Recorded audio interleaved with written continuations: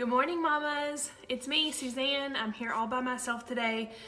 Addison is not feeling well, and so here I go. I'm gonna try to do this all by myself. It's kind of ironic because I'm gonna do this episode on loneliness.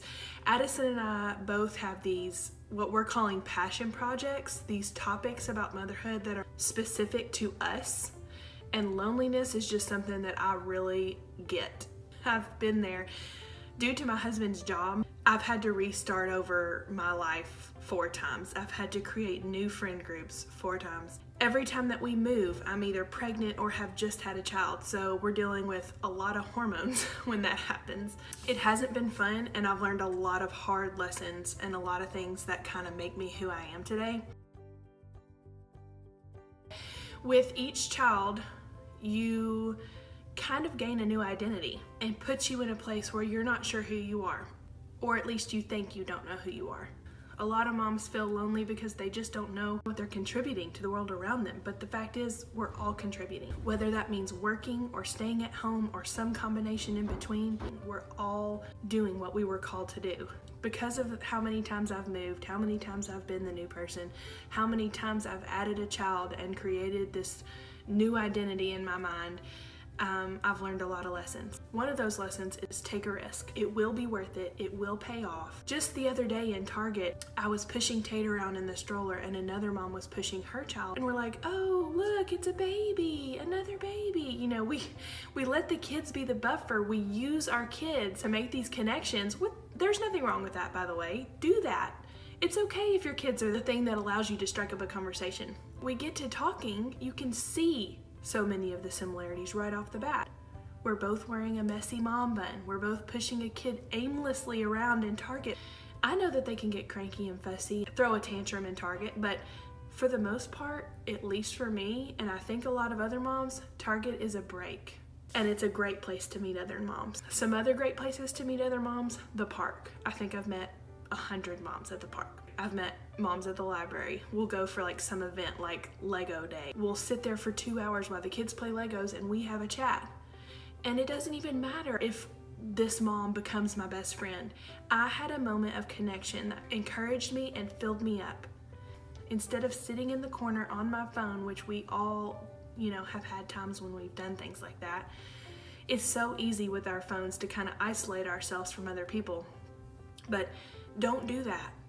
Do not isolate yourself. Do not use your phone as your best friend. Even if you're sitting there looking at a joyful roar, engaging yourself in our mom community.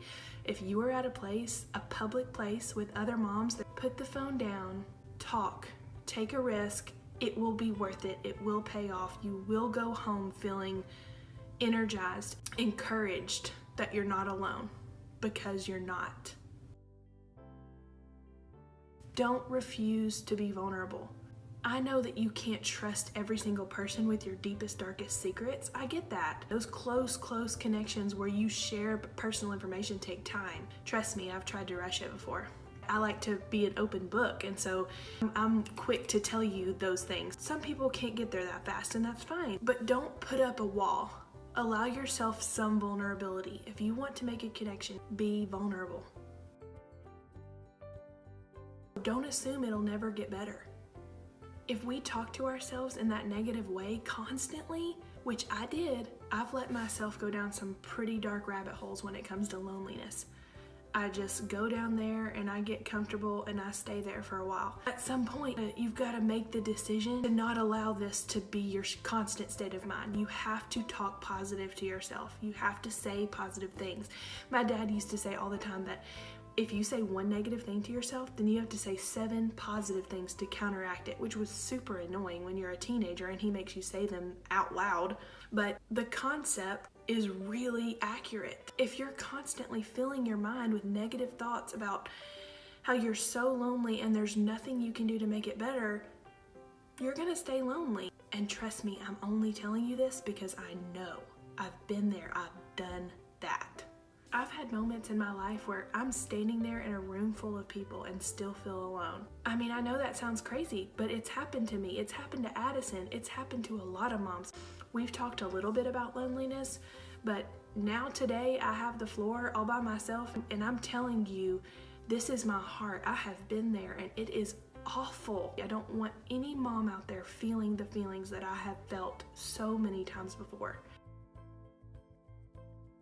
It's easier to make friends in college because we're not constantly suppressing our own needs in order to meet the needs of these tiny humans and our spouse. We felt better about ourselves. We thought more of ourselves. And I don't know why we don't think more positively about ourselves now, but there's just something about motherhood that makes you question who you are. You're a mom, but you're still a woman. You still need connection. You still need deep, close relationships, and that hasn't changed. And it never will. I know that so many of you want out of this place that you're in. It takes effort. It takes a lot of willpower, and you have the strength to do it. Do you hear me? I challenge you to do some of these things and come and tell me the stories. Tell me about the mom that you met at Chick-fil-A. I want to hear it. Addison wants to hear it. That's the whole point of A Joyful Roar. You can do it. Subscribe now.